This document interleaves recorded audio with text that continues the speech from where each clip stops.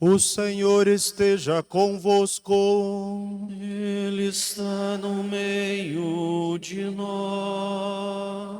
Proclamação do Evangelho de Jesus Cristo segundo São João. Glória a vós, Senhor. Naquele tempo, Jesus foi ao Monte das Oliveiras. De madrugada, voltou de novo ao templo. Todo o povo se reuniu em volta dele. Sentando-se, os mestres da lei e os fariseus trouxeram uma mulher surpreendida em adultério, colocando-a no meio deles. Disseram a Jesus: Mestre, esta mulher foi surpreendida em flagrante adultério. Moisés, na lei, mandou apedrejar tais mulheres. Que dizes tu? Perguntavam isso para experimentar Jesus e para terem motivo de o acusar. Mas Jesus, inclinando-se, começou a escrever com o dedo no chão. Como persistissem em interrogá-lo, Jesus ergueu-se e disse: Quem dentre vós não tiver pecado, seja o primeiro a atirar-lhe uma pedra. E tornando a inclinar-se, continuou a escrever no chão. E eles, ouvindo o que Jesus falou, foram saindo, um, a começar pelos mais velhos. E Jesus ficou sozinho com uma mulher que estava lá no meio do povo. Então Jesus se levantou e disse: Mulher, onde estão eles? Ninguém te condenou? Ela respondeu: Ninguém, Senhor. Então Jesus lhe disse: Eu também não te condeno. Podes ir, e de agora em diante não peques mais. Palavra da salvação. Glória a vós, Senhor. Caríssimos irmãos e irmãs aqui presentes, a você que nos acompanha pelas redes sociais aqui do Mosteiro, nós estamos celebrando este 5º domingo do tempo quaresmal. E quando nós falamos de tempo quaresmal, é um tempo oportuno na qual a Igreja nos convida a olharmos para dentro de nós. É o tempo oportuno para refletirmos sobre a misericórdia do Senhor. Por isso que a Igreja nos convida neste tempo a podermos experimentar e vivenciar assim as práticas penitenciais para podermos preparar para o tempo da Páscoa. Na semana passada, nós ouvíamos ali o Evangelho do Filho Pródigo. E naquele Evangelho, nós relembrávamos a misericórdia de um pai. Ou melhor, nós relembrávamos primeiramente o arrependimento de um filho que, deixando os bens paternos, a vida ali juntamente com seu pai, pega a herança por direito e vai para o mundo. E ele não sabe vivenciar os bens que ele recebeu e ele cai no pecado. Ao voltar-se, ele se arrepende e a gente vê ali a misericórdia do Pai que o acolhe. O evangelho de hoje, da mulher pecadora, ela tem a mesma visão do evangelho passado. Porém, aqui, a gente experimenta a misericórdia através de Cristo. A remissão dos pecados, o arrependimento, a conversão se passa por Cristo. E tanto no evangelho passado, como no evangelho de hoje, também nas leituras que a gente acabou de ouvir, mostra esse processo de transformação que nós, como igreja, nós somos chamados a vivenciar todos os dias. Deus fala para nós hoje, independente qual seja a tua vida passada, independente qual seja a situação de pecado, eis que eu estou aqui hoje e quero transformar a vossa vida. Eu quero te fazer uma criatura nova. Por isso que na primeira leitura do profeta Isaías, o profeta ele relembra a este povo que vivenciava um momento de escravidão, de deserto, do exílio, a olhar para trás e recordar aquilo que Deus tinha feito na vida deles. A recordar este amor de Deus que, independente da situação que eles viviam, Deus os transformou. E Deus os fez um novo povo, uma nova gente, um povo capaz de louvar o Senhor. Para a nossa vida hoje, se nós estamos vivendo esse tempo da Quaresma, é uma oportunidade para experimentarmos este amor de Deus, para que nós assim possamos celebrar com júbilo a sua Páscoa. Olha que bonito este evangelho. Jesus se encontra no meio dos seus discípulos.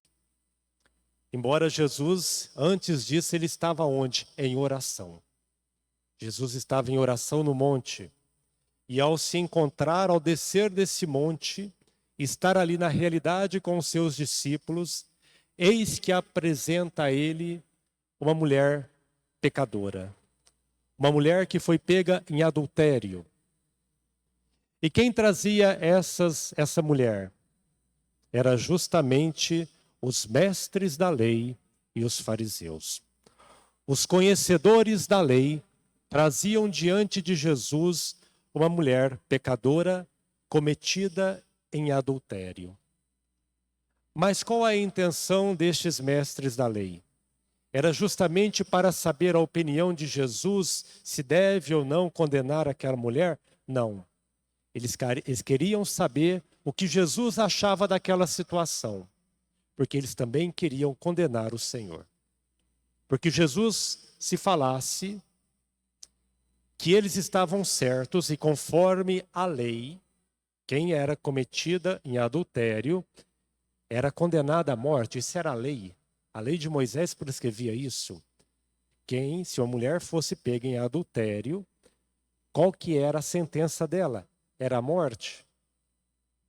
Mas se Jesus falasse isso, aonde estaria a misericórdia de Jesus? Aonde estaria o amor de Jesus? E se Jesus falasse que a mulher pudesse deixar ela ir embora, aonde estaria a lei? Porque Jesus falava antes, eu vim não abolir a lei, mas eu vim dar um cumprimento à lei. E é bonito, meus irmãos, a atitude do Senhor. Ele se inclina, em silêncio, ele começa a escrever no chão. O evangelista não nos fala o que ele escrevia. Alguns padres da igreja colocam que poderia Jesus falar ali, escrever qual o verdadeiro sentido da lei. Jesus poderia estar escrevendo ali os pecados daquelas pessoas que estava condenando. Mas o que chama mais a atenção, que deixa aqueles mestres da lei desconcertados, é o silêncio de Jesus. Jesus se coloca em silêncio. E ao olhar a atitude daqueles homens, ele se inclina e diz uma única palavra: quem dentre vós não tiver pecado, que atire a primeira pedra. É como se diz assim, Jesus, ele tira ali aquela tampa da consciência daqueles homens, e a começar pelos mais velhos, os mais conhecedores da lei, pelos mais novos, um vai saindo ao lado do outro. Se nós podíamos dizer quem era o único que era capaz de tacar uma pedra naquela mulher, era Jesus. Porque era o único que não tinha pecado ali no meio daquele povo. Mas ele abre mão da lei, ele abre mão do Filho de Deus e se coloca como misericordioso. Ele não condena aquela mulher. E ali, olhando para aquela mulher, ele diz: aonde estão aqueles que te condenaram? Quem te condenou? Qual a resposta daquela mulher? Ninguém, Senhor. Eu também não te condeno. Vai e não peques mais. Veja que Jesus fala para aquela mulher. Ele não apoia o pecado daquela mulher. Ele diz: vai embora, vai em paz e não peques mais. A catequese por trás desse sentimento, desta imagem, ela é muito profunda. Porque aquela mulher, naquele momento, pela primeira vez da sua vida, ela se sente amada. Ela se sente reconhecida. Porque aqueles amores que ela vivenciava não eram amores verdadeiros. Era apenas fruto do prazer. E Jesus resgata a dignidade daquela pessoa. E para nós hoje, nós só podemos trabalhar e lutar contra o nosso pecado, contra nossas paixões, quando nós sentimos amados por Cristo. Somente o amor de Cristo na nossa vida é capaz de nos transformar. Com certeza aquela mulher, ela não buscou mais os prazeres do mundo, porque ela encontrou o verdadeiro sentido da vida dela.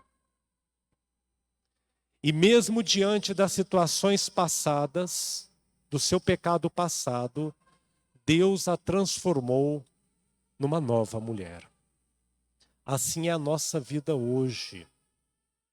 Às vezes nós carregamos situações passadas, pecados passados, e muitas vezes nós não deixamos esses pecados, e nós carregamos no dia a dia.